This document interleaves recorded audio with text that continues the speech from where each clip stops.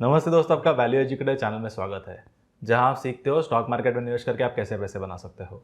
तो मेरा नाम है शशांक और ये वीडियो में हम डिस्कस करेंगे कि सीक्वेंट साइंटिफिक का बिजनेस मॉडल कैसा है।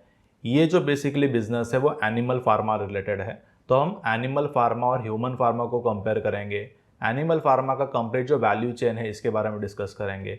इसके अलावा उनके अलग अलग जो इंटरनेशनल कॉम्पिटिटर्स है विच आर बेसिकली इनोवेटर, जैसे कि एलैंको हो गया या जोटिस है या मर्क है, बोरिंगर इंगलहैम है।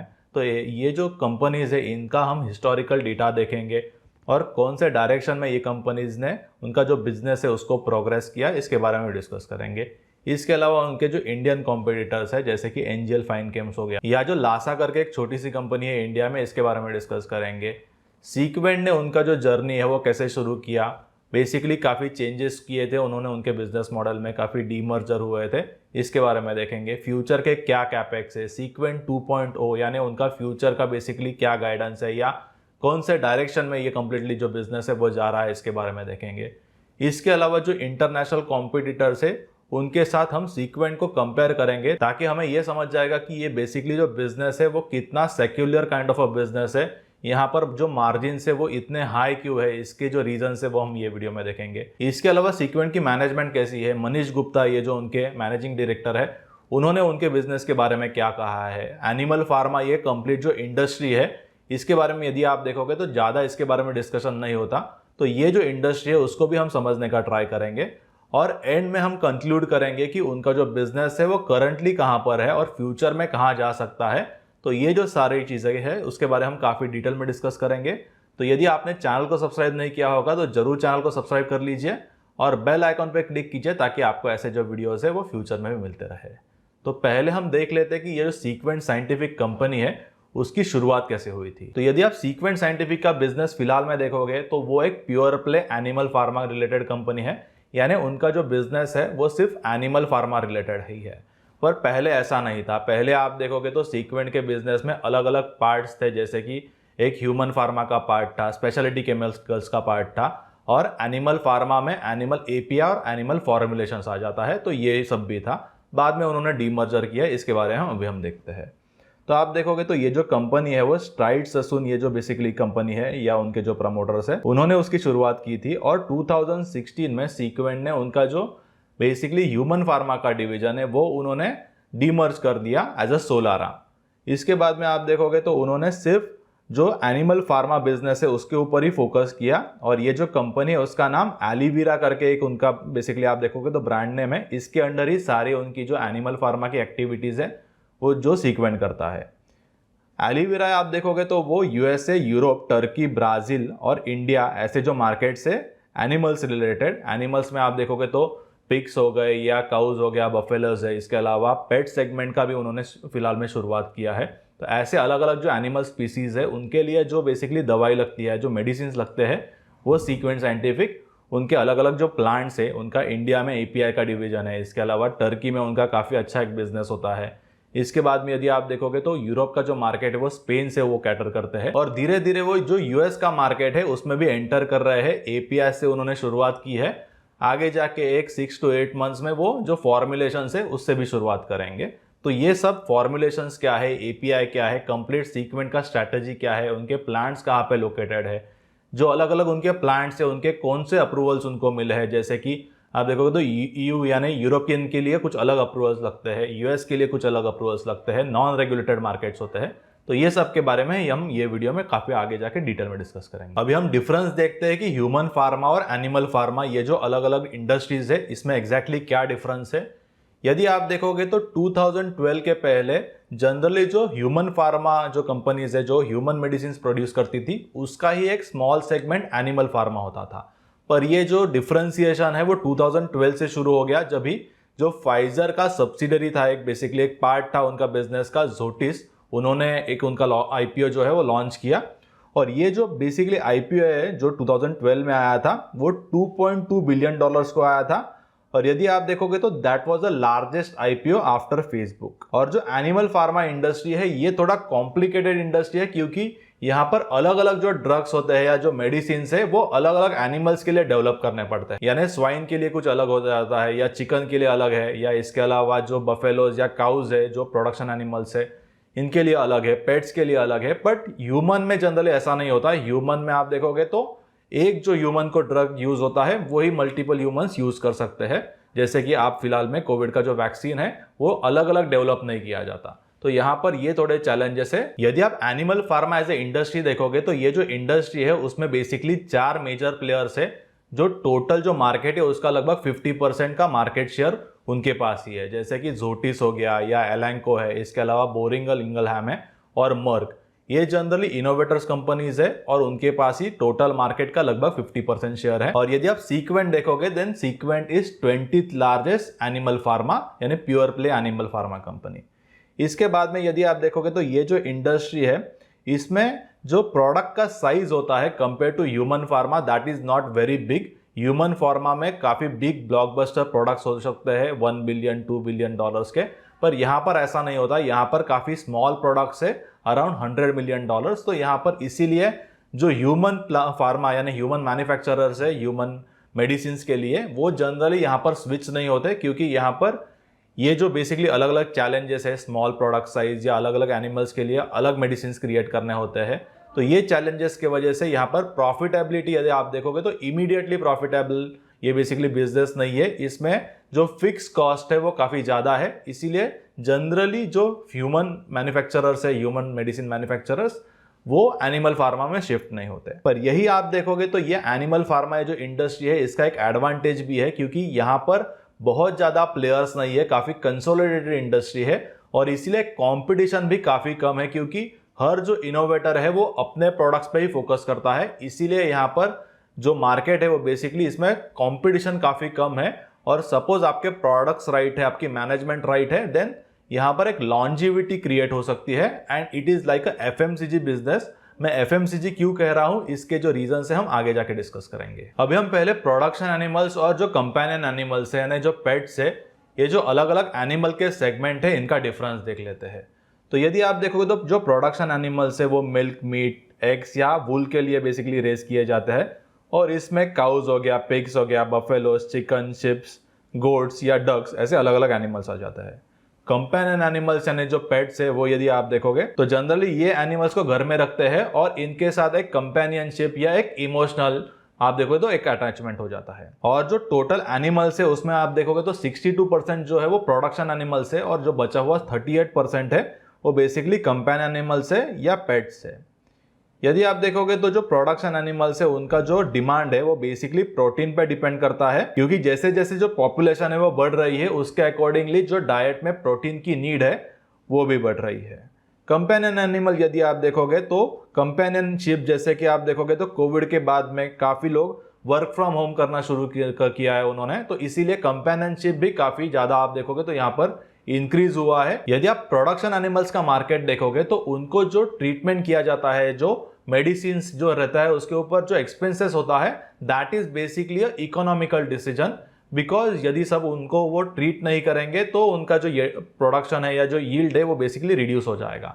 But this is not the same case with the companion animal, because companion animal there is a emotional attachment. So यहाँ पर जो प्रोडक्शन एनिमल्स के जो यील्ड्स है that are much much lower compare to companion animal, because companion animal में जो pets होते हैं उनको एज अ ह्यूमन ही वो ट्रीट करते हैं या एज अ एक फैमिली का एक मेंबर एज अ उनको ट्रीट करते हैं। इसीलिए कंपेनियन एनिमल्स या पेट्स में जो मार्जिन होते हैं, ये जो मैन्युफैक्चरिंग कंपनीज है ड्रग्स की अलग अलग या मेडिसिन की, इनके मार्जिन काफी ज्यादा है कंपेयर टू प्रोडक्शन एनिमल्स। अभी हम जो ग्लोबल मीट प्रोडक्शन का डेटा है इसके बारे में डिस्कस करते हैं। तो यदि आप देखोगे तो जो 50 ईयर का CAGR है वो लगभग 3.3% है और कंटिन्यूअसली यहाँ पर जो ग्लोबल मीट कंजम्पशन है वो भी काफी बड़ा है।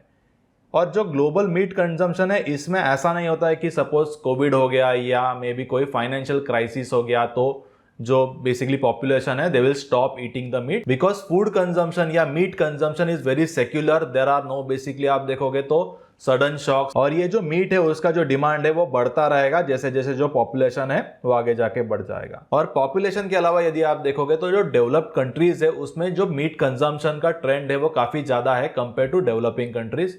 जैसे कि यदि आप देखोगे तो यूरोप हो गया या जो यूएस है, उसमें पर ईयरली जो बेसिकली मीट कंजम्पशन है दैट इज अबाउट 125 kgs, और जो डेवलपिंग कंट्रीज है इंडिया जैसी, वहां पर वो सिर्फ 3.5 kgs है फॉर अ ईयर।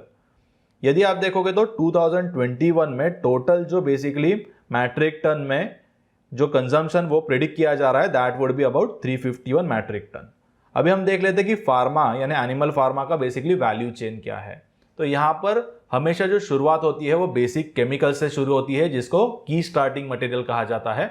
उसके बाद में इंटरमीडिएट्स आ जाते हैं, इंटरमीडिएट्स के बाद में एपीआईज, फार्मास्यूटिकल में इसको एपीआईज बोलते हैं। जो एग्रोकेमिकल्स है इसमें एआईज यानी एक्टिव इंग्रेडिएंट बोलते हैं, एपीआई यानी एक्टिव फार्मास्यूटिकल इंग्रेडिएंट। और एपीआई से बाद में जो फाइनल डोसेज होता है जिसको हम बेसिकली कंज्यूम करते हैं that is called as a formulation. तो यहाँ पर जो सीक्वेंट साइंटिफिक है they basically work under API segment as a separate segment and formulation as a separate segment. Initially उनके पास जो specialty chemicals है वो भी एक segment था, but then they basically demerged this segment and sold it off. उसके बारे में हम आगे जाके डिस्कस करेंगे। So we will focus on those segments. So जैसे कि मैंने आपको बताया कि सीक्वेंट साइंटिफिक के बेसिकली दो मेजर सेगमेंट्स है, which is API active pharmaceutical ingredient, second is finished dosage formulations, and the last one is the CDMO which is their recent segment. इसके बारे में हम आगे जाके काफी डिटेल में डिस्कस करेंगे। तो यहाँ पर ये जो API और जो फॉर्मुलेशन सेगमेंट्स है वो कंप्लीटली इंडिपेंडेंट है एक दूसरे से। यहाँ पर जो वो फॉर्मुलेशंस बनाते हैं उनके लिए वो बेसिकली API नहीं बनाते हैं, API वो जो बनाते हैं वो सेपरेटली बेसिकली सेल करते हैं यूएस में। फॉर्मुलेशंस के लिए जो API लगते हैं वो जनरली सीक्वेंट साइंटिफिक चाइना से आप देखोगे तो वो इंपोर्ट करते हैं, देन दे सेल। तो जो भी वो फॉर्मुलेशंस बना रहे हैं या मैन्युफैक्चर कर रहे हैं उसका लगभग सिर्फ 2% जो APIs है वो उनका इन हाउस है, and that is their independent strategy. एक जो सेगमेंट है वो दूसरे के ऊपर डिपेंडेंट नहीं। और उनका जो लास्ट सेगमेंट है CDMO हो गया है, जिसको क्रैम्स कहते हैं, contract research and manufacturing organisation. तो यहाँ पर यदि आप देखोगे तो उसकी जनरली अभी सिर्फ शुरुआत हुई है। उन्होंने एक जो इनोवेटर बेसिकली कंपनी उसके साथ टाई अप किया है। तो यहाँ पर innovator will innovate that particular molecule which will be the new basically molecule, and Sequent Scientific will be basically produce that molecule or manufacture at a scale. तो यहाँ पर biggest opportunity according to me is suppose जो China plus one strategy work होती है, that means जो supply chain started moving out of China to India, then Sequent Scientific will be major आप देखोगे तो benefit, because इंडिया में there is only one company which is into animal pharma जो Sequent Scientific है। Sequent Scientific के अलावा India में कोई भी प्योर प्ले सिर्फ एनिमल रिलेटेड या animal pharma animal medicine related कोई भी कंपनी नहीं है। यूएस के मार्केट्स में या यूरोप के मार्केट्स में जिसका प्रेजेंस है वो सिर्फ Sequent Scientific है, and Sequent Scientific is the only company which got basically US FDA approved plants. तो सपोज ये जो इनोवेटर्स है 4 या 5 जिसके बारे में मैंने आपको पहले बताया, which are Zoetis which is the biggest one, Elanco is there, Boehringer Ingelheim is there, इसके अलावा मर्क है। तो सपोज उनको एक बल्क में प्रोड्यूस करना है कोई भी drug, then they will definitely come to Sequent। They don't have any other option at least in India. China में कुछ अलग अलग प्लांट्स है, but my basically thesis is based on if China plus one is going to work in future, then Sequent Scientific has to be a biggest beneficiary for that. और ये जो China plus one है वो मुझे लग रहा है कि on ground उसका impact आना शुरू हुआ है। If you listen to different con calls of chemical companies या pharmaceutical companies, then already many of the innovator companies started shifting their supply chain out of China towards India because of there is uncertainty during this COVID and जो global tensions है between different countries to China. इसके बाद में अभी हम जो animal industry है India में इसके बारे में डिटेल में डिस्कस करेंगे। तो यदि आप देखोगे तो इंडिया में लाइव स्टॉक लगभग 51% है टोटल जो अलग अलग एनिमल्स है, पोल्ट्री 35% है, companion animal 8%, aqua 5% and others जो है वो लगभग 1% है। जो Sequent Scientific है उनका जो फोकस था वो जनरली पहले आउट ऑफ इंडियन मार्केट्स में था, मेजरली यूरोपियन मार्केट जो है, and recently they again started focusing on Indian market. Zoetis के साथ उन्होंने एक डील किया था। तो यहाँ पर जोटिस के जो अलग अलग प्रोडक्ट्स है, जोटिस is basically world largest animal pure play animal आप देखोगे तो company, and then they are selling the Zoetis products in India.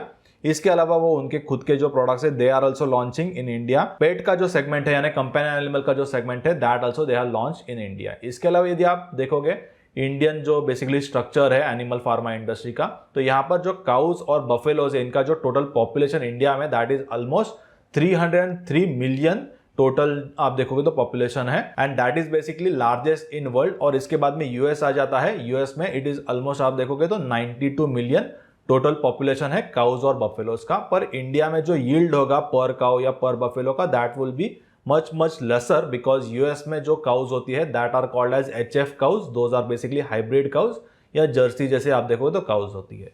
इसके अलावा India is basically second largest goat population, third largest sheep population and fifth largest chicken population in world, और जो fish का population that is also top 3 in world.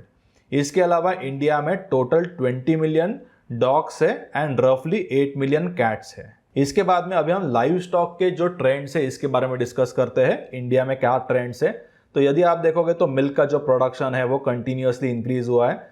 Similarly eggs का, तो 2020 में we have consumed about 198.4 million tons of milk and about 114 billion eggs और 8.6 million tons of meats. और India यदि आप देखोगे तो it's a majorly vegetarian based country, तो यहाँ पर टोटल ईयरली जो मीट कंजम्पशन है that is only 3.5 kg per year. यदि आप वो डेवलप कंट्रीज में देखोगे तो इट इज ऑलमोस्ट 125 kg पर आप देखोगे तो एनुअली, यानी जनरली यूएस में कंजम्पशन। और इंडिया में जो बेसिकली मीट का सेक्टर है that is very unorganise sector, क्योंकि यहाँ पर जो भी हम मीट प्रोक्योर करते हैं which we generally eat that is from the neighbourhood. जो भी शॉप होता है, चिकन का शॉप होता है या जो भी आप देखोगे तो गोट का मीट खाते हैं, that is generally very unorganise which is not the same case in the western countries. तो यहाँ पर यदि आप देखोगे तो रिसेंटली यहाँ पर जो ट्रेंड है वो शिफ्ट हो रहा है from unorganise sector to organise sector. तो जैसे कि लीशियस का आपने काफ़ी यूट्यूब में ऐड दिखा होगा,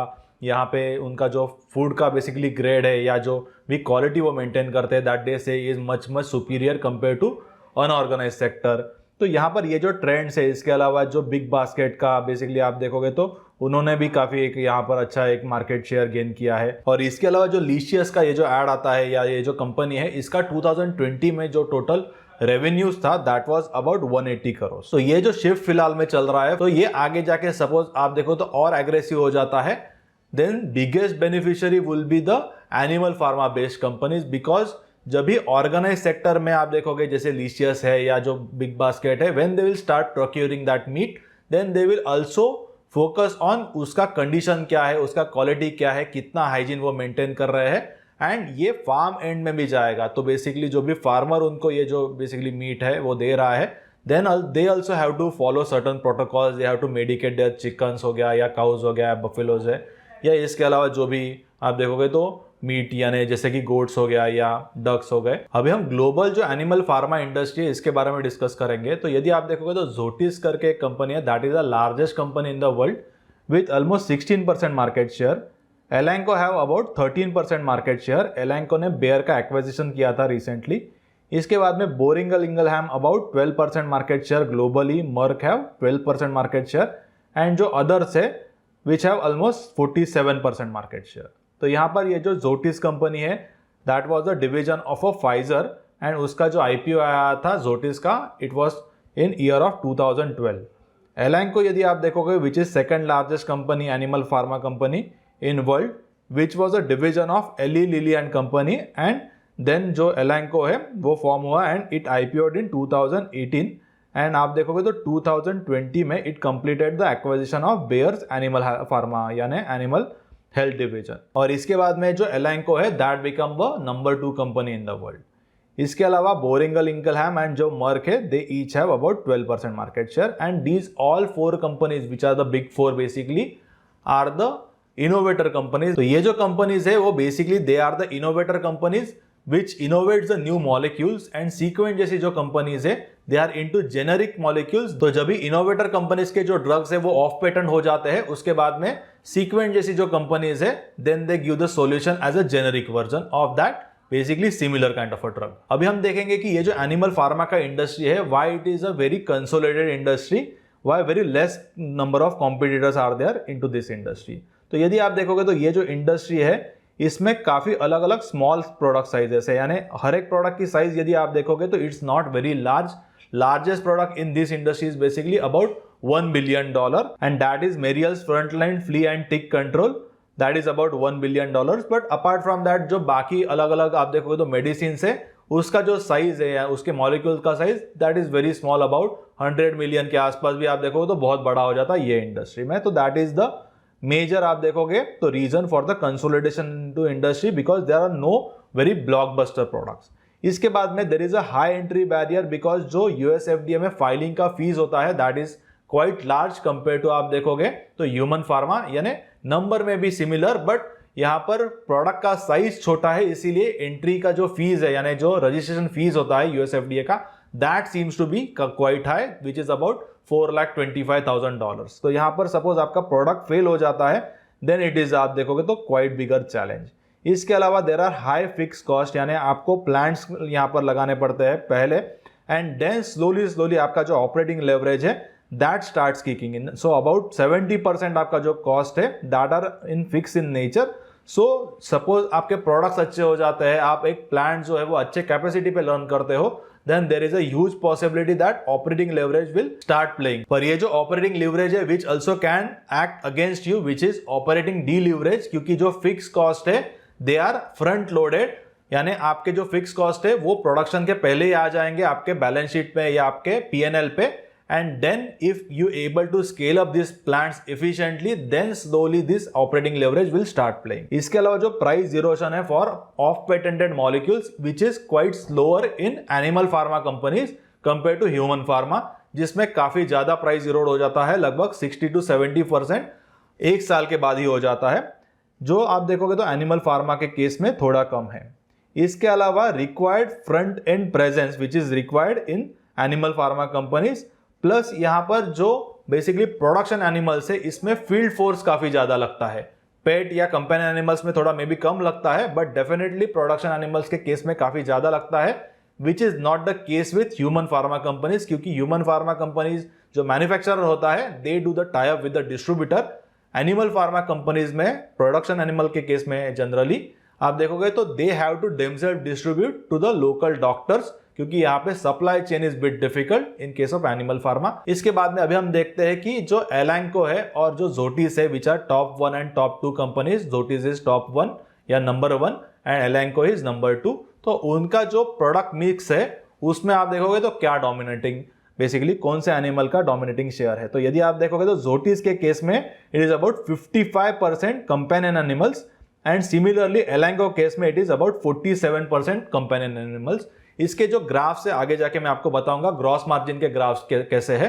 तो यदि आप देखोगे तो दोनों के जो बेसिकली ग्रॉस मार्जिन है वेरी वेरी हाई, एंड इसका रीजन यही है कि उनका जो प्रोडक्ट पोर्टफोलियो है which is dominated by the companion animal which is 55 and 47% respectively, Zoetis and Elanco. If you compare the similar thing with Sequent, तो Sequent का जो कंपेनियन एनिमल का फिलहाल में पोर्शन है that is about 10 to 15% which they are planning to increase in future. तो suppose वो companion animal as a percentage of total revenues increase कर लेते हैं, देन डेफिनेटली जो सीक्वेंट के मार्जिन है वो आगे जाके भी काफी ज्यादा इंक्रीज हो सकती है, क्योंकि कंपेनियन एनिमल्स या जो पेट का सेगमेंट है उसमें जो मार्जिन है that are very very high. और इसका एक सिंपल रीजन है, because there is a companionship, because there is an emotional attachment between human and his pet, and this is not the actual case with the production animals, because production animals are generally used as a meat. अभी हम देखते हैं कि जो global animal industry है उसके growth drivers क्या है. तो first basically growth driver is increasing human population. तो जैसे जैसे ह्यूमन पॉपुलेशन इंक्रीज होगा वैसे जो मीट की बेसिकली डिमांड है that will also keep increasing. Second thing is increase protein consumption. तो जैसे जैसे अवेयरनेस क्रिएट होगा या जैसे जैसे people will feel there is a need for increase protein in their diet, basically आप देखोगे तो अक्षय कुमार का एक ऐड आता है, यहाँ पर एक अवेयरनेस क्रिएट हो रहा है कि we should consume the more protein in our daily diet. इसके अलावा there is increase in urbanisation, और जैसे जैसे जो अर्बनाइजेशन बढ़ेगा, न्यूक्लियर फैमिलीज आगे जाके और इंक्रीज होगी, देन पेट्स की जो डिमांड है दैट विल अगेन इंक्रीज. इसके अलावा there is a one major trigger in this industry which is zoonotical diseases. So zoonotical disease are those basically diseases which are transferred from animal to human. तो आप देखो तो HIV is also one of the example of the zoonotical diseases. It is also thought that कि जो Covid है वो भी bat से ह्यूमन में आप देखोगे तो ट्रांसमिट हुआ है.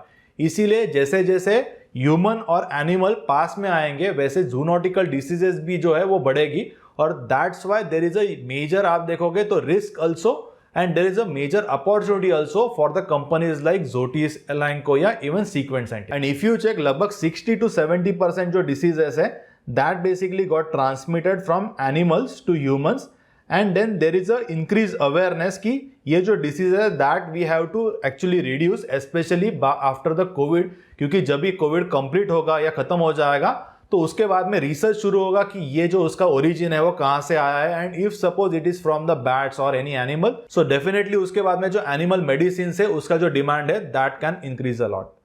Then will discuss about one health approach. तो वन हेल्थ अप्रोच क्या है, तो यहां पर यदि आप देखोगे ये पिक्चर में, तो then there is a common space which is shared basically between human health, animal health और एनवायरमेंटल हेल्थ। तो यहां पर तीनों ये जो है वो इंटरडिपेंडेंट है एक दूसरे से। आप देखोगे तो एनिमल हेल्थ में कुछ आप देखोगे तो कुछ इश्यूज आते हैं, then they are directly related with the human health, और जिसका जो इम्पैक्ट है वो बेसिकली हमारे एनवायरमेंट में आप देखोगे तो यहाँ पर कुछ ना कुछ इम्पैक्ट यहाँ पर आ रहा है। अभी हम सीक्वेंट साइंटिफिक ये कंपनी के बारे में डिटेल में डिस्कस करेंगे कि उनका इवोल्यूशन कैसे हुआ था। तो basically sequent Scientific evolution has happened in 3 different phases.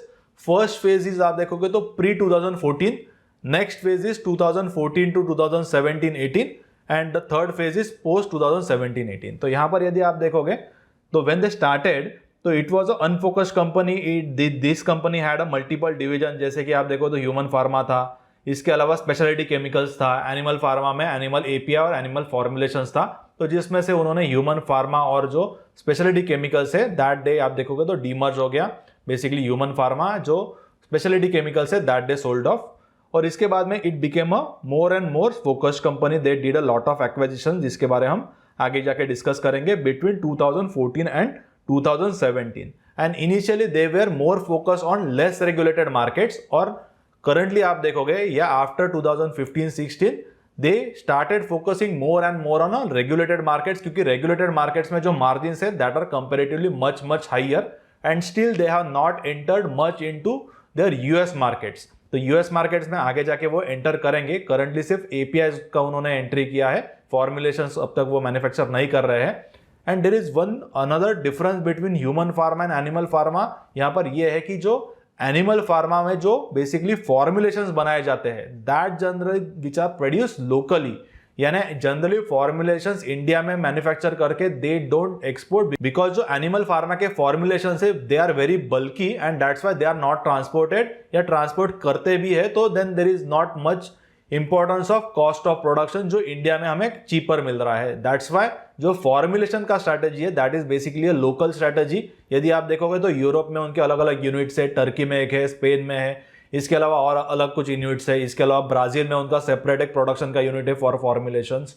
And then India का जो यूनिट्स है बेसिकली वाइजैक का जो उनका यूनिट्स है जिसके बारे में हम आगे जाके डिस्कस करेंगे, that is their majorly basically the API unit. और इसके बाद में आगे जाके either they will basically start their separate unit in US और generally they can do the acquisitions। और सीक्वेंट का यही आप देखोगे तो स्ट्रैटेजी रहा है जिसके बारे में हम आगे जाके डिस्कस करेंगे कि they are also focused mainly on a different acquisition in different countries। तो आगे जाके उनका फोकस यूएस, ऑस्ट्रेलिया एंड इसके अलावा कनाडा होने वाला है। तो थर्ड फेज देखते हैं विच इज पोस्ट 2017। तो यदि पोस्ट 2017 आप देखोगे then it became a more and more focused companies and then they started focusing also on a formulations। इसके अलावा उनका आप देखोगे तो they started entering majorly into regulated market, जैसे कि यूरोप में उन्होंने एंटर किया या यूएस में आप देखोगे तो they started with the APIs। And इसके बाद में का जो जर्नी होने वाला है दैट विल बी आप देखोगे तो मच मोर इंटरेस्टिंग, बिकॉज यहाँ पे कार्लाइल ग्रुप आया है, उन्होंने काफ़ी अलग अलग उनके जो आप देखोगे तो कंसल्टेंट दे हैव अपॉइंटेड, पीडब्ल्यूसी को लाया है, इसके बारे में हम आगे जाके डिस्कस करेंगे। But definitely the story from here on after 2021 will be more and more interesting, जिसके डिटेल्स हम आगे जाके देखेंगे। तो अभी हम देखते हैं कि ये जो कंपनी है वो जब भी इवॉल्व हो रही थी then how their basically revenue mix has change. तो यदि आप देखोगे तो प्री 2014 में उनका जो बेसिकली कंप्लीट बिजनेस था इट हैज़ 4 डिफरेंट लेग्स।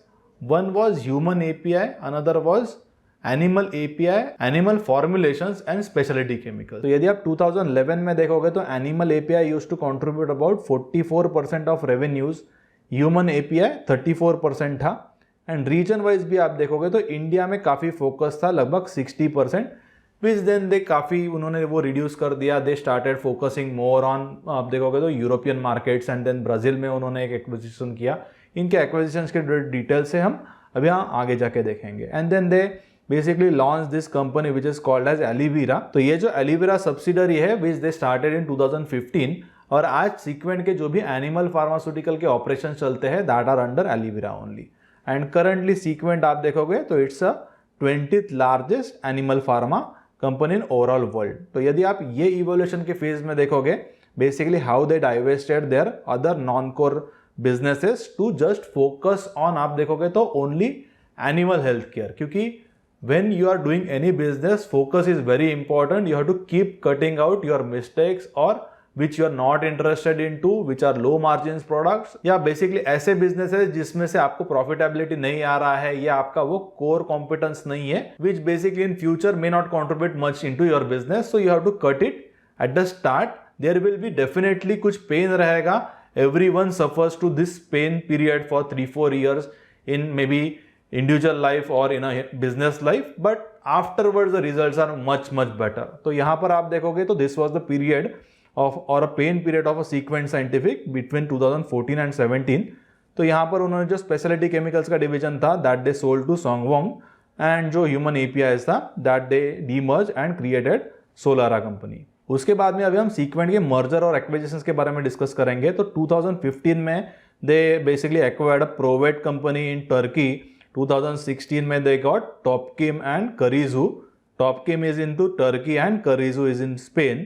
इसके अलावा in same year 2016 they got Envet and Fendingo which is basically into Sweden and Benelux region, and then Evans which was into Brazil. And 2018 में another acquisition which they made which was Bremer which is basically into German. तो आगे का उनका जो strategy होने वाला है sequent 2.0, तो यहाँ पर वो जो ब्रेमर का उनका बेसिकली फैसिलिटी या एक उनका मैन्युफैक्चरिंग कैपेसिटी है, उसका मैन्युफैक्चरिंग का जो टोटल कैपेक्स है या जो बेसिकली आउटपुट है that they going to increase by 4x, and Bremer से then they will start basically exporting the formulations to US, so that will be their second generation या 2.0 strategy in which Bremer will contribute a major portion of their revenue. इसके अलावा Sequent scientific के business का एक major part is Vizag facility. तो यदि आप देखोगे this is the only facility in India which is US FDA approved. तो यहाँ पर वो एपीआई मैन्युफैक्चर करते हैं। Recently they are doing the another capex into this industry. तो करंटली उनके पास लगभग 225 किलोलीटर की कैपेसिटी है या रिएक्टर कैपेसिटी है with 6 clean rooms, and this is US FDA as well as EU GMP approved plant. तो यहाँ पर आप एक कॉन कॉल का स्निपेट देख सकते हो जिसमें मनीष गुप्ता जी ने कहा है कि एपीआई जो स्ट्रेटजी है that is very clear strategy that they wanted to form और manufacture that API in India, and then they will be basically entering into US market. And आप देखोगे तो that will be again a quite high margin business because regulated markets are always, आप देखोगे तो it's much better margin compare to unregulated markets जिसमें NGL Finechems या लासा जैसी companies है। इसके बाद में यदि आप पोस्ट 2017 में देखोगे तो पोस्ट 2017 में उनका जो रेवेन्यूज है from regulated market it has currently at 68%, and less regulated markets या अनरेगुलेटेड मार्केट से 32% है। एंड देन सेगमेंट वाइज आप देख सकते हो कि यहाँ पे कैसा स्प्लिट है। 2021 में लगभग 456 करोड़ के जो रेवेन्यूज थे that came from API segment, and formulation से लगभग 905 करोड़ के रेवेन्यूज आए। तो लॉन्ग टर्म स्ट्रेटेजी सीक्वेंट का यही है कि मेजरली जो रेवेन्यूज होंगे वो उनके फॉर्मुलेशन से आएंगे लगभग 70 to 75%, and 25 to 30% will come from the API as a sector या एपीआई एज अ सेगमेंट। अभी हम देखते हैं कि region wise, therapy wise, species wise and doses wise Sequent scientific के रेवेन्यूज कहां से आ रहे हैं। तो यहां पर ये जो यूरोपियन रीजन है that is contributing the most revenues for the Sequent, and there is a region for that क्योंकि यूरोप आप देखोगे तो काफी एक बड़ा मार्केट है, एनिमल का नंबर 2 मार्केट है आफ्टर यूएस। करंटली उनके यूएस से ज्यादा रेवेन्यूज कुछ नहीं आ रहे क्योंकि सिर्फ एपीआईएस का ही उनका प्रेजेंस है यूरोप में। इसके बाद में आप थेरेपी वाइज जो कंट्रीब्यूशन है वो देख सकते हो। स्पीसीज वाइज यदि आप देखोगे तो रूमिनेंट्स का लगभग 32% है, तो इसका मतलब बेसिकली बफेलोज हो गया या काउज हो गया। पोल्ट्री का 12% है।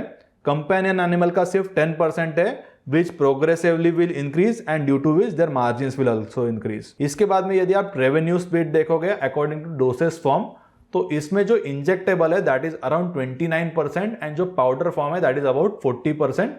तो इंजेक्टेबल जो है उसमें जनरली मार्जिन जो है वो काफी ज्यादा होता है कंपेयर टू पाउडर फॉर्म. तो इसीलिए सीक्वेंट का जो नेक्स्ट स्ट्रेटेजी है उसमें उन्होंने ये भी मेंशन किया है कि उनका इंक्रीमेंटल जो रेवेन्यूज है वो इंजेक्टेबल से ज्यादा आएगा.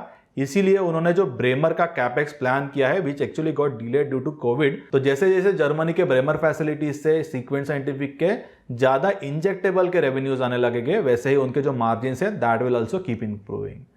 इसके अलावा आप उनके की मार्केट देख सकते हो. Turkey is again a very big market for sequent scientific and यहाँ पर आप देखोगे तो काफी ज्यादा मीट का आप देखोगे तो कंजम्पशन है and it's a very very good market. यहाँ पर gross margin I think are the highest out of their total business compare to Europe या compare to even currently US और इंडिया, जो भी बाकी कंट्रीज है, इवन ब्राजील. पर यहाँ पर एक ही इशू है विच इज करेंसी का प्रॉब्लम. करेंसी यानी जो टर्की का करेंसी है दैट इज टर्किश लीरा, तो वो काफी डिप्रिशिएट होता है compare to USD.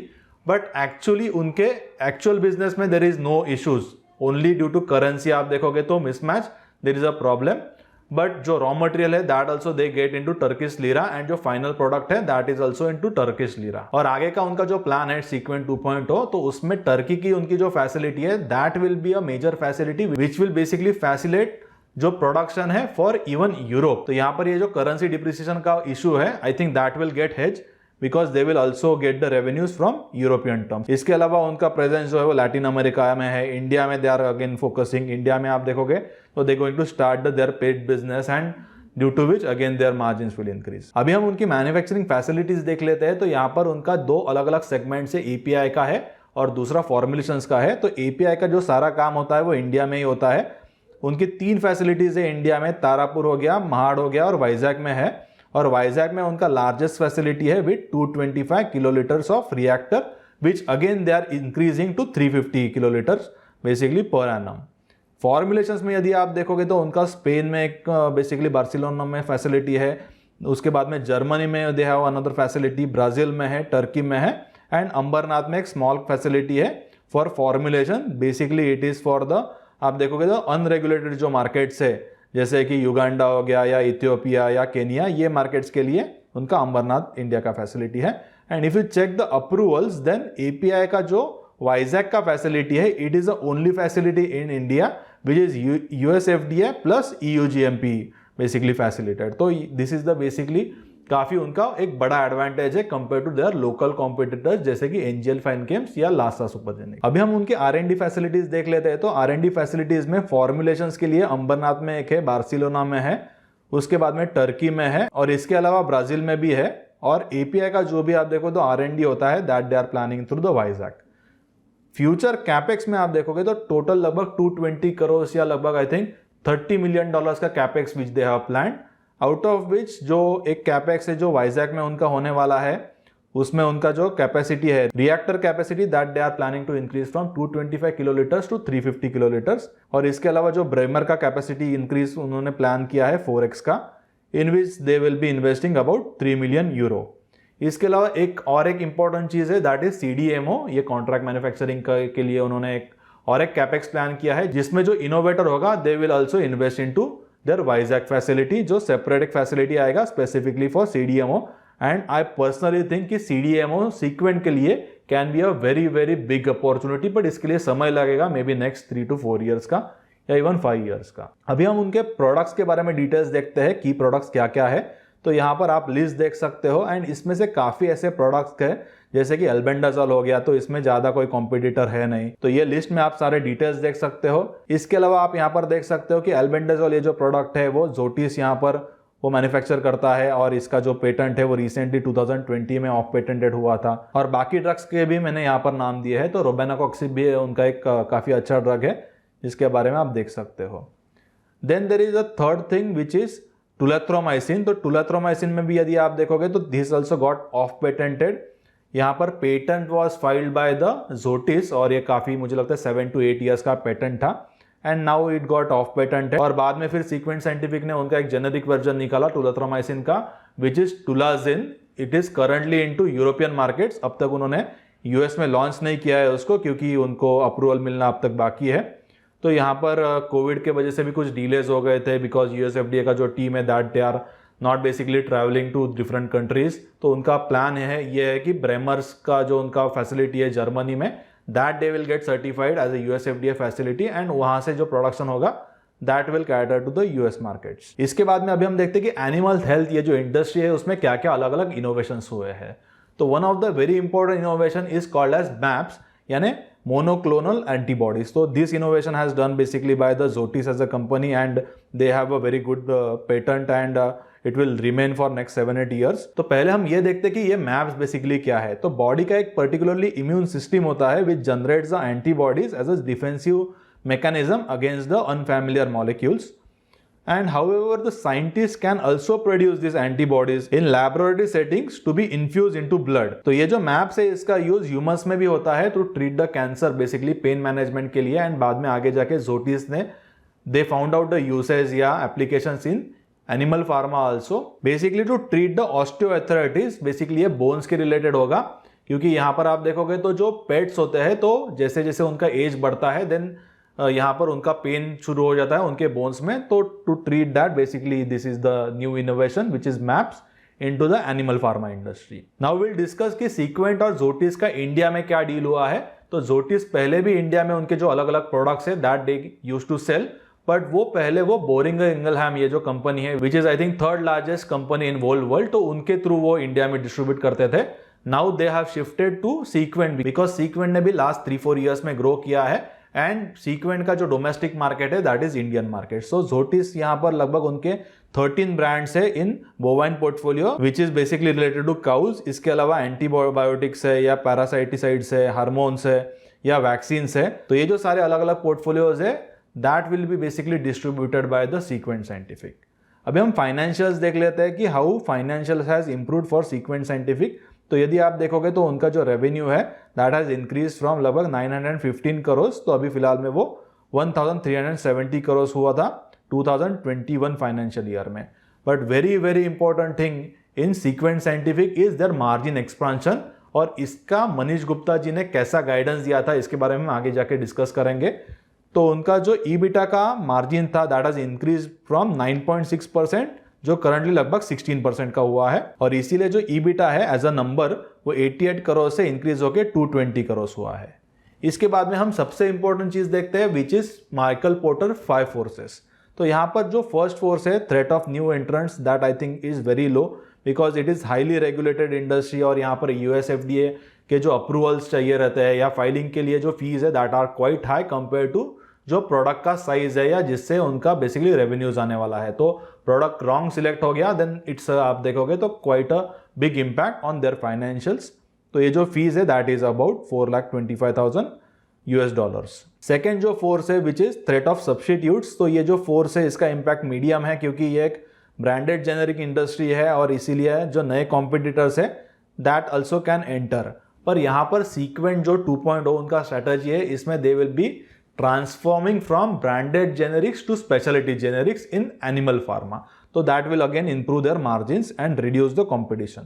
Third force is bargaining power of suppliers which is basically लो, क्योंकि काफी जो एपीआईज है वो जनरली चाइना से आप देखोगे तो प्रोक्योर किए जाते हैं, and then there are multiple sources which are available in China, and India में भी कुछ इंटरमीडिएट जो है that also can be procured. इसके अलावा यदि आप बार्गेनिंग पावर ऑफ कस्टमर्स देखोगे तो कस्टमर इसका मतलब Sequent is suppose manufacturing API, तो इसका जो कस्टमर होगा वो फाइनल फॉर्मुलेशन मैन्युफैक्चरर होगा। तो यहाँ पर क्या होता है कि जब भी यूएसएफडीए का इंस्पेक्शन होता है देन दे कंप्लीटली इंस्पेक्ट कि कहाँ से आपका बेसिक रॉ मटेरियल आ रहा है। तो यहाँ पर अलग अलग फाइलिंग्स करना can be a bit difficult every time for the formulation manufacturer, तो इसीलिए वो अच्छे कंपनीज के साथ ही टाई अप करते हैं या उनसे ही जो basic raw material that they procure, so that यहाँ पर क्वालिटी का भी इशू नहीं आना चाहिए। और इवन यूएसएफडीए के केस में सपोज जो उनका बेसिक रॉ मटेरियल मैन्युफैक्चरर है या जो उनका एपीआई मैन्युफैक्चरर है उसमें कुछ इशू आ जाता है तो फॉर्मुलेशन मैन्युफैक्चरर्स के केस में भी या उनके बिजनेस में भी इंपैक्ट आ जाता है। इसीलिए यहाँ पर ये जो बार्गेनिंग पावर ऑफ कस्टमर है it is low to medium. Rivalry among the competitors यदि आप देखोगे तो it is generally low to medium in that range, क्योंकि यहाँ पर जनरली जो बड़े प्लेयर्स है they are basically the innovator, और सीक्वेंट साइंटिफिक का जो नेचर ऑफ बिजनेस होगा वो जनरली जेनरिक ये सेगमेंट में होगा। They can not do the innovation because वो एक completely different part of segment है या different part of animal health care as a sector है। तो यहाँ पर मेजरली उनका फोकस जेनरिक्स में होगा। जेनरिक्स में थोड़ा कॉम्पिटिशन आ सकता है, बट डेफिनेटली यहाँ पर हमें ये देखना है कि सीक्वेंट का फोकस क्या है, because they will B transforming from the branded generics which is generally थोड़ा कमोडिटी टाइप का business towards the speciality generics, जिसमें जो कॉम्प्लेक्सिटी है ड्रग मैन्युफैक्चरिंग का वो भी इंक्रीज होगा, and that's why their margins will also improve. इसीलिए मुझे लगता है कि sequent scientific is a well placed company currently in the animal pharmaceutical industry. अभी हम मैनेजमेंट के बारे में डिस्कस करेंगे। तो यदि आप देखो तो Manish Gupta is leading this company and he has about 23 years of experience. यदि आप देखो तो उनका जो हिस्ट्री था या उनका जो बैकग्राउंड था वो सीईओ थे स्ट्राइड्स फार्मा के। इसके अलावा शरद नरसपुर बेसिकली उनको भी लगभग 29 ईयर्स का एक्सपीरियंस है इनटू केमिकल, एग्रोकेमिकल्स, फार्मास्यूटिकल। इसके अलावा जो तुषार मिस्त्री जी है he is basically a CFO and he is a chartered accountant. अभी हम देखते हैं कि मैनेजमेंट की अलग अलग क्वालिटीज मुझे बेसिकली अलग अलग कॉन कॉल्स पढ़ने के बाद में क्या समझ आई है, I will share that with you. तो मुझे लगता है कि first thing is a integrity. तो यदि आप हाईलाइटेड टेक्स्ट पढ़ोगे तो Q4 21 में क्या हुआ था कि कुछ ऐसे अकाउंटिंग में रेवेन्यू रिकग्निशंस के रिलेटेड कुछ एरर्स हुए थे, एंड बेसिकली ये ऑडिटर को रिकॉग्नाइज करना होता है, बट ये केस में मैनेजमेंट ने रिकॉग्नाइज किया and they told the auditors, और इसके रिलेटेड उन्होंने नोट भी दिया था लास्ट क्वार्टर के रिजल्ट्स में और इवन दिस क्वार्टर रिजल्ट्स। तो this is very good sign of a very good management, क्योंकि यहां पर generally management don't tell the auditors, ये रिवर्स होता है। इसके बाद में यदि आप कंजर्वेटिवनेस देखोगे तो यहां पर जो मैनेजमेंट है they don't give very long term guidance, and until and unless management is very sure they don't generally give the guidance. और जो भी उन्होंने गाइडेंस दिया है अब तक, I think they have over achieved it, which will see into this slide. तो यदि आप देखोगे तो ये कॉन कॉल है 2018 Q4 का। तो उन्होंने यहां पर ये कहा था कि we should able to achieve almost 200 basis point का ईबिटा मार्जिन का एक्सपांशन। तो उनके जो ईबिटा मार्जिन 2018 में सिर्फ 8% के थे, which has increase currently to 17%। इसके बाद में यदि आप देखोगे तो फॉरवर्ड थिंकिंग, यानी करंटली मैनेजमेंट नोज, यानी ये Q4 2021 का है, ये करंटली कुछ आप देखो तो पेन आएगा बिजनेस में, क्योंकि they are planning their future strategy. जो वाइजैक में उन्होंने नया कैपेक्स अनाउंस किया है, उनकी जो बेसिकली रिएक्टर की कैपेसिटी है दे आर इंक्रीजिंग। सीडीएमओ का उन्होंने एक नया कैपेक्स प्लान किया है। इसके अलावा ब्रेमर फैसिलिटी वो इंक्रीज कर रहे हैं। तो इसका जो इफेक्ट आएगा वो एक नेक्स्ट में भी ऑलमोस्ट 3 to 4 क्वार्टर्स में होगा। इसके अलावा अलग अलग बेसिकली उन्होंने जो कंसल्टेंट है दैट दे हैव अपॉइंटेड, पीडब्ल्यूसी को लाया है, यहाँ पर कार्लाइल ग्रुप आया है। तो many triggers are there into this business, but इसके वजह से next 3 to 4 quarters might be bit, आप देखोगे तो बिट सॉफ्ट क्वार्टर्स, और इसके रिलेटेड ही उन्होंने एक ऑन कॉल में बताया है विच यू कैन रीड। तो अभी हम कार्लाइल ग्रुप के बारे में देखते हैं। तो कार्लाइल ग्रुप आप देखोगे तो काफी एक बड़ा ग्रुप है प्राइवेट इक्विटी की रिलेटेड इन वर्ल्ड। तो उनका जो टोटल एयूएम है वो लगभग $246 बिलियन का है, एंड इंडिया में लगभग उन्होंने $3.2 बिलियन डिप्लॉय किया था। एंड इन उनका जो जनरली इन्वेस्टमेंट्स होता है वो फाइनेंशियल सर्विसेज, इंडस्ट्रियल या रिटेल, हेल्थ केयर एंड जो टेलीकॉम होता है, ये अलग अलग इंडस्ट्रीज में उन्होंने इन्वेस्ट किया था। यदि आप उनका पास्ट हिस्ट्री देखोगे कार्लाइल ग्रुप का, then they have invested into SBI cards, या इसके बाद में SBI insurance, PNB housing, HDFC, Edelweiss, and most of the सारे पोजीशंस में they got a very good profitability. And recently they got a major chunk of a basically sequent scientific का जो majority share था लगभग 53-54% उन्होंने बाय किया है from stars के जो प्रमोटर्स थे। Now will discuss about Sequent 2.0 क्या है। तो ये बहुत ही इंपॉर्टेंट है, ये फ्यूचर है बेसिकली उनका, कैसा प्लान करने वाले हैं फ्यूचर। तो यहाँ पर आप देखोगे तो currently Carlyle group has taken over as a basically management, and they have invested about they are holding 53 to 54% into total company of Sequent scientific. तो ये जो ट्रांजिशन होने वाला है फ्रॉम बेसिकली जेनेरिक या branded generics to speciality basically generics, which will again improve their margin. और इसीलिए management ने जो अलग अलग कंसल्टेंट्स है या जो एडवाइजर्स है या इसके अलावा पीडब्ल्यूसी जैसे ऑडिटर्स है that they basically bought in on a board. तो इसके बारे में हम आगे जाके डिस्कस करेंगे। Next plan is basically sterile manufacturing. तो स्टराइल मैन्युफैक्चरिंग यदि आप देखोगे तो बेसिकली इट्स अ इंजेक्टेबल, एक पर्टिकुलर एनवायरमेंट में उसको एक काफी high quality basically that product they have to manufacture and maintain the quality, और ये बेसिकली इंजेक्टेबल्स का एक पार्ट है। तो सीक्वेंट साइंटिफिक का आगे जाके जो फोकस होगा that will be majorly on the sterile manufacturing injectables और इनका जो एज अ रेवेन्यू परसेंटेज है currently that they wanted to increase, और इसीलिए उनके जो मार्जिन है दैट विल आल्सो इंक्रीज। इसके अलावा यदि आप देखोगे तो they will be focusing on जो यूएस के मार्केट से अब तक उनके फॉर्मुलेशंस कोई भी लॉन्च नहीं हुए हैं यूएस में, तो आगे जाके वो फॉर्मुलेशंस भी लॉन्च करेंगे। एक बार उनका जो ब्रेमर का फैसिलिटी है वो यूएसएफडी अप्रूव हो जाएगा तो उसके बाद में वहां से भी काफी रेवेन्यूज आ सकते हैं। इसके अलावा सीक्वेंट साइंटिफिक पेट सेगमेंट में भी एंटर करने वाला है, इंडिया में उन्होंने शुरू किया है, इसके अलावा ब्राजील में भी दे गोइंग टू स्टार्ट। तो काफी इंटरेस्टिंग होने वाला है उनका नेक्स्ट लेवल का जो ग्रोथ है या सीक्वेंट 2.0।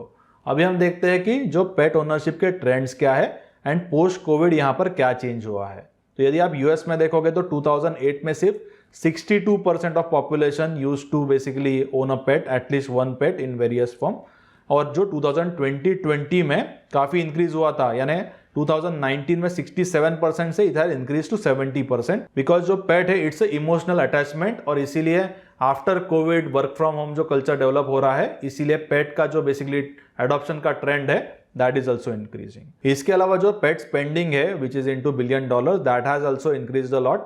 Currently यदि आप 2021 में देखोगे तो it is almost $109.6 billion, जो 2018 में लगभग 90.5 था, and it will keep increasing जैसे जैसे आप देखोगे तो जो न्यूक्लियर फैमिलीज है या basically work from home culture और ज़्यादा डेवलप होगा। इसके अलावा यदि आप देखोगे तो ह्यूमनाइजेशन ऑफ पेट्स हो रहा है, जैसे कि आप ये पिक्चर में देख सकते हो। तो pets are basically becoming a part of a family, और इसीलिए पेट्स की काफ़ी केयर की जाती है, उनके लिए जो भी मेडिसिन लगते हैं दैट दे बेसिकली प्रोवाइड।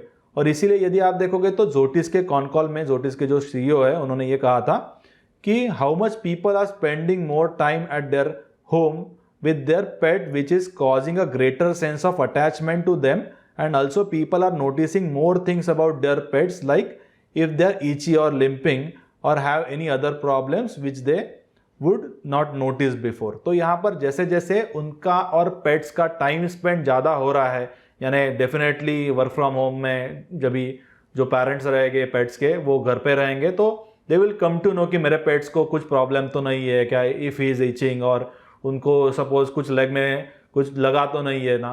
तो जैसे जैसे ये नोटिस होगा वैसे वैसे ही आप देखोगे कि एनिमल फार्मा ये जो इंडस्ट्री है that will again increase a lot, especially into pet या companion animal segment में, and this graph is actually showing the same trend। तो यदि आप देखोगे तो vet visits, यानी vet visits इसका मतलब जब भी आप आपके डॉग को या आपके कैट को डॉक्टर के पास लेके जाते हो तो इसका जो ट्रेंड है it has definitely increase a lot after Covid. और ये जो ग्राफ है वो 2020 का है। तो यदि आप देखोगे तो मार्च जून के बाद में there is a lot of increase for the vet visits, क्योंकि यहाँ पर people came to know what was a problem और what was a issue with their own pets. उसके बाद में अभी हम एक बहुत ही इंटरेस्टिंग चार्ट देखेंगे जोटिस, एलांको और सीक्वेंट का। So Zoetis and Elanco are basically आप देखोगे तो innovator companies and their portfolio जो भी उनका बेसिकली एनिमल का पोर्टफोलियो है which is dominated by companion animals, जो मैंने आपको पहले बताया था। जोटिस के केस में it is about I think 55% and Elanco case में इट इज 47% ऑफ जो रेवेन्यूज है वो कंपेनियन या पेट से आ रहे हैं। और इसीलिए उनके जो मार्जिन यदि आप देखोगे दे आर वेरी हाई। 2020 में यदि जोटिस के आप मार्जिन देखोगे gross margin that are almost 70%। Elanco case में इट इज अबाउट एट 52% और सीक्वेंट के केस में यदि आप देखोगे तो इट इज अबाउट 49%। पर जैसे जैसे सीक्वेंट आगे प्रोग्रेस करेगा उनके पेट जो बेसिकली डिवीजन है उनके रेवेन्यूज बढ़ेंगे, या इसके अलावा they will start moving from branded generics to more specialty type of generics, तो ये जो ग्रॉस मार्जिन है that going to increase. Definitely Zoetis is into another orbit. Zoetis is basically आप देखो तो godfather of a animal pharma company.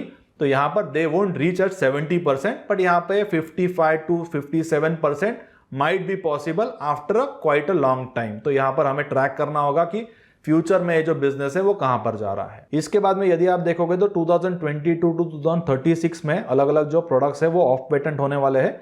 इनका जो numbers है जो आप देख सकते हो, तो then again it can be opportunity for sequent scientific. तो इसके बाद में अभी हम सीडीएमओ के बारे में डिस्कस करते हैं। तो सीडीएमओ में क्या होता है, जनरली बेसिकली जो इनोवेटर कंपनी है वो इनोवेशन पे फोकस करता है, और इसके बाद में जो मैन्युफैक्चरिंग होता है वो कोई और कंपनी से होता है। तो सपोज यहां पर यदि आप देखोगे तो Sequent also got one deal as a CDMO यानी क्रैम्स मैन्युफैक्चरिंग, जिसमें Sequent going to manufacture one particular molecule which is basically innovator company, जो ये केस में मे बी जोटिस भी हो सकती है।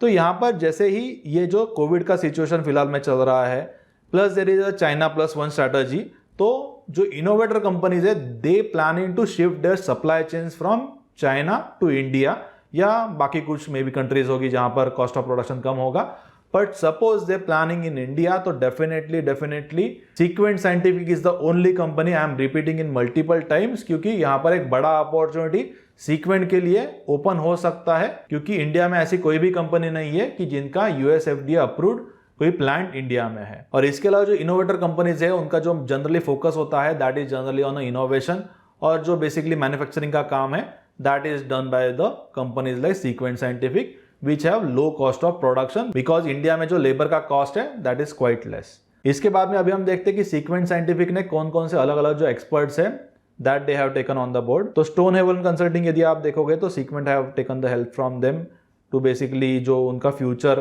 का विजन है वो सेट करने के लिए। पीडब्ल्यूसी को यदि आप देखोगे तो they will be focusing on the reduction of the cost and making manufacturing more efficient. इसके बाद में उन्होंने बोरिंगल इंगलहैम का एक बेसिकली जो पहले का सीईओ था, they have taken basically his help या as a he has come as a strategic adviser. तो इससे क्या है कि एक नया ऑर्बिट में जा रहा है सीक्वेंट साइंटिफिक। यदि आप 2020 का मनीष गुप्ता जी का लेटर पढ़ोगे एनुअल रिपोर्ट में, तो he also have told the same thing, we are transforming to the another orbit, क्योंकि यहाँ पर काफी मल्टीपल ट्रिगर्स है। तो अभी हम देखते हैं कि फ्यूचर ग्रोथ ड्राइवर्स क्या है। तो जैसे कि मैंने आपको पहले बताया कि सीडीएमओ एक बड़ा अपॉर्चुनिटी है for Sequent. Export from Turkey to Europe जो फिलहाल में वो प्लान कर रहे हैं। इसके अलावा commercialization of formulations in US, injectable जो बिजनेस है that will again expand their margins, additional capacities coming into Vizag. इसके अलावा ब्रेमर में एक और एक कैपेसिटी आने वाली है। पेट सेगमेंट में दे गोइंग टू एंटर। तो there are multiple growth driver and all this multiple growth drivers together basically improve उनके जो ईबिटा मार्जिन्स है एंड रेवेन्यूज में भी यहाँ पर आगे जाके हमें इंप्रूवमेंट नजर आएगा। बट एक 3-4 क्वार्टर्स के लिए यहाँ पर एक कंसोलिडेशन हो सकता है जब तक ये जो सारी आप देखोगे प्रोसेस कंप्लीट नहीं हो जाती। उसके बाद में जैसे कि हमने पहले भी डिस्कस किया था कि जो ग्लोबल लेवल पे कंपटीशन है दैट इज फ्रॉम द जोटिस, एलाइनको, बोरिंगर या मर्क, ये अलग अलग कंपनीज है। जोटिस एंड एलाइनको इज सेपरेटली लिस्टेड, आप देखोगे स्पेसिफिकली एनिमल फार्मा रिलेटेड, और बोरिंगल इंगलहैम एंड जो मर्क है they are also into human pharma. तो यहाँ पर एनिमल फार्मा जो है वो उनके कंसोलिडेटेड जो स्पेसिफिकली कंप्लीट कंपनी है उसमें आ जाता है। इसके अलावा जो लोकल कॉम्पिटिटर्स है जैसे कि एनजीएल फाइन केमिकल्स या लासा, तो they are basically catering to unregulated markets. अभी हम देखते हैं कि सीक्वेंट साइंटिफिक का बेसिकली कॉम्पिटिटिव एडवांटेज क्या है। तो this is the snippet from the NGL fine chem concall. तो यहाँ पर बेसिकली जो राहुल नचान है जो एमडी है एनजीएल फाइन केमिकल्स के, तो उन्होंने बताया कि it is very difficult to enter into the regulated markets, क्योंकि यहाँ पर फाइलिंग फीस बहुत ज़्यादा है एंड यहाँ पर सपोज वो रेगुलेटेड मार्केट में एंटर करते हैं तो उनके मार्जिन्स काफ़ी कम हो जाएंगे। तो it's very high entry barrier for Sequent कि एनजीएल जैसे जो प्लेयर्स है they may not able to enter. But यदि आप एनजीएल एज अ कंपनी देखोगे तो it's a very good company. इसके रिलेटेड यदि आपको एक सेपरेट ऐसा एक डिटेल वीडियो चाहिए होगा तो जरूर आप मुझे नीचे कमेंट में लिख के बताइए, एक डिटेल वीडियो आपके साथ शेयर करूंगा। तो definitely this is the entry barrier into this industry, यानी रेगुलेटेड मार्केट जो सीक्वेंट साइंटिफिक के फेवर में है। Now will discuss about the risk. तो जैसे कि फर्स्ट रिस्क जो है वो wrong product selection, because US FDA में जो फाइलिंग फीस है that are very high, about $4,25,000। तो यहाँ पर प्रोडक्ट सिलेक्शन रॉन्ग हो जाता है then it can backfire. Foreign currency risk is a second type of risk, क्योंकि जो जैसे कि मैंने आपको पहले बताया कि उनका जो टर्किश बिजनेस है टर्की में that is very good business. I think largest जो उनके जो ग्रॉस मार्जिन से सबसे ज्यादा that they are getting from the Turkey. पर टर्की में एक प्रॉब्लम है which is the depreciation of a currency Turkish lira. तो एक मे बी फॉरेन करेंसी का रिस्क हो सकता है। Third risk is basically regulation in foreign market. So suppose उनके जो ड्रग्स है उसमें कुछ इश्यूज आ जाते हैं, पहले भी कुछ ऐसा हुआ था रिलेटेड टू एंटीबायोटिक्स। तो यहाँ पे सपोज ऐसा कुछ होता है then it can be a risk. Fourth risk is basically reliance on China for raw materials. तो जैसे कि आपको पता है कि काफ़ी चाइना के related people are not very happy. तो सपोज चाइना ने यहाँ पर सप्लाई कम कर दिया या मे बी बंद कर दिया तो इसके बाद में मे बी थोड़े चैलेंजेस आ सकते हैं सीक्वेंट साइंटिफिक को। Fifth basically risk is political instability in key markets. तो जैसे कि उनका ब्रेग्जिट के related they also got some effect on their financials जो यूके में हुआ था। उसके बाद में next risk is the consolidation of top players. तो यहाँ पर जैसे कि आपको पता होगा कि 2020 में जो एलाइंको कंपनी है उन्होंने बेयर जो कंपनी है बेयर क्रॉप साइंसेस, उनका एनिमल फार्मा का जो डिवीजन है that they bought and there is a more consolidation into a industry. और उसके बाद में का last risk is decline in meat production. तो यदि आप देखोगे तो there is a movement going on which is related to cruelty of animals, जब भी उनको स्लॉटर होता है फॉर मीट कंजम्पशन, तो ये एक रिस्क हो सकता है। Lab grown meat can be another risk. तो these are the basically risk which are currently into Sequent Scientific business. तो कोई भी बिजनेस रिस्क फ्री नहीं होता, definitely there are some different risk. ये इंपॉर्टेंट है कि कंपनी उनको कैसे टैकल करती है and how they progress ahead. Now will basically conclude this analysis. तो मैंने वीडियो के शुरुआत में आपको कहा था कि ये जो एनिमल फार्मा का इंडस्ट्री है it's like a FMCG, like a business. तो इसके रीजंस क्या है जो आप यहां पर देख सकते हो। तो ये जो चार्ट है वो 2020 का है। तो यदि आप येलो कलर में देखोगे pet and related product spending, तो hardly there is any decline, तो which is very very interesting. और इसीलिए it's a very very secular industry. यहाँ पर कोई भी एक वन टाइम शॉक्स नहीं आएगा आपको कि यहाँ पर प्रॉफिटेबिलिटी बहुत गिर गया। रिसेंटली ये क्वार्टर में गिर गया था, बट इसके कुछ अलग रीजंस थे। मैंने आपको ट्विटर में कंप्लीट काफी डिटेल में एक्सप्लेनेशन दिया था कि ये क्वार्टर में जो प्रॉफिटेबिलिटी है वो क्यों गिरा। आप मुझे ट्विटर पे फॉलो कर सकते हो, इसके एग्जैक्ट डिटेल्स आपको डिस्क्रिप्शन में मिल जाएंगे। वैल्यू एडुकेटर करके मेरा हैंडल है। Then you will come to know कि क्या अपडेट्स है रिसेंटली अलग अलग जो स्टॉक्स में उनको ट्रैक कर रहा हूं, मे बी क्वार्टर वाइज या और कुछ यहाँ पर एक इंपॉर्टेंट न्यूज आ जाती है। तो आप कॉन कॉल रीड करोगे तो मनीष गुप्ता जी ने भी यही कहा है कि ये जो इंडस्ट्री है इसमें बहुत हाइपर ग्रोथ नहीं आ जाएगा। इट्स अ वेरी वेरी, आप देखोगे तो secular industry. And Manish Gupta ji का भी यही बेसिकली प्लान है। We are not looking for anything which is going to hit the 6, but we will plan basically Rahul Dravid जैसा strategy, slow and steady. And यहाँ पे मार्जिन धीरे धीरे इंक्रीज करेंगे वो, जैसे कि उन्होंने ईबिटा जो मार्जिन है वो 8% से 17% ग्रो किए थे 2018 टू 2020-2021। और आगे जाके मुझे लगता है कि कुछ कंसोलिडेशन होगा and then there will be a next leg of growth which is Sequent 2.0। तो ये और काफी इंटरेस्टिंग होगा। तो दिस इंडस्ट्री आपको यही समझना है कि it's a very shock proof industry. यहां पर सडन डिक्लाइन नहीं होगा प्रॉफिटेबिलिटी में एक बार बिजनेस स्टेबल होने के बाद। और ये जो एनिमल फार्मा का इंडस्ट्री है इसमें आगे जाके भी ग्रोथ आते रहेगा। जैसे कि आप यहाँ पे ये चार्ट में देखोगे तो ये बेसिकली जोइटिस का चार्ट है। तो यहाँ पर जो लाइव स्टॉक है यानी जो प्रोडक्शन एनिमल्स है उनका जो रेवेन्यूज है वो मोर और लेस आप देखो तो कांस्टेंट है, बट जो पेट का रेवेन्यूज है उनके टोटल फाइनेंशियल रेवेन्यूज में या कंप्लीट प्रोडक्ट पोर्टफोलियो में which kept on increasing, जो 2015 में 1756 USD था मिलियन, बेसिकली मिलियन USD में नंबर से, which is currently almost at 3652। तो लगभग ये डबल हो चुका है लास्ट 5 years में, which is 15% growth. And check about the gross margin. Gross margin has improved only and only because जो पेट या कंपेनियन एनिमल से जो रेवेन्यूज आ रहे हैं वो काफी इंक्रीज हो गए हैं। इसीलिए जो मार्जिन से यानी बेसिकली उनके जो मार्जिन 64.7% के थे 2015 में, gross margin that has increase to 69.5%। And these are very very high margin posted by जोटिस। और ये मेंटेन हो सकते हैं because it's a more of a FMCG business. ये कमोडिटी जैसे नहीं है कि ग्रॉस मार्जिन बढ़ जाएंगे जब भी साइकिल अच्छा चल रहा है एंड देन जब भी जो साइकिल है वो रिवर्स हो जाएगा देन जो ग्रॉस मार्जिन है they will be back to normal. तो ऐसा एनिमल फार्मा इंडस्ट्री में नहीं होगा generally. There will be some small change into their gross margin, but definitely they should consolidate at this level. Sequent scientific कभी भी 70% के gross margin post नहीं कर पाएगा because nature of business completely different है। जोटिस is majorly into innovation products, while जो sequent scientific है उनके भी ग्रॉस मार्जिन बढ़ेंगे। आई एम एक्सपेक्टिंग एटलीस्ट 55% के हो सकते हैं नेक्स्ट 4-5 ईयर्स में, बट डेफिनेटली 70% के नहीं होंगे। जो हमने काफी डिटेल में डिस्कशन किया एनिमल फार्मा इंडस्ट्री के बारे में, ग्लोबल इंडस्ट्री क्या है, इंडियन इंडस्ट्री क्या है, सीक्वेंट साइंटिफिक का बेसिकली हिस्ट्री क्या था, फ्यूचर का ग्रोथ कैसे होने वाला है, तो यदि आप जरूर आप मुझे नीचे कमेंट में लिख के बताइए। एंड ये वीडियो आप आपके सारे फ्रेंड्स के साथ शेयर कीजिए ताकि उनको भी काफी डिटेल में अंडरस्टैंडिंग हो जाएगा कि सीक्वेंट साइंटिफिक का बिजनेस क्या है, ये एनिमल फार्मास्यूटिकल्स ये जो इंडस्ट्री है वो बेसिकली उसमें क्या क्या अलग ट्रिगर्स है और क्या बिजनेस के डिटेल्स है।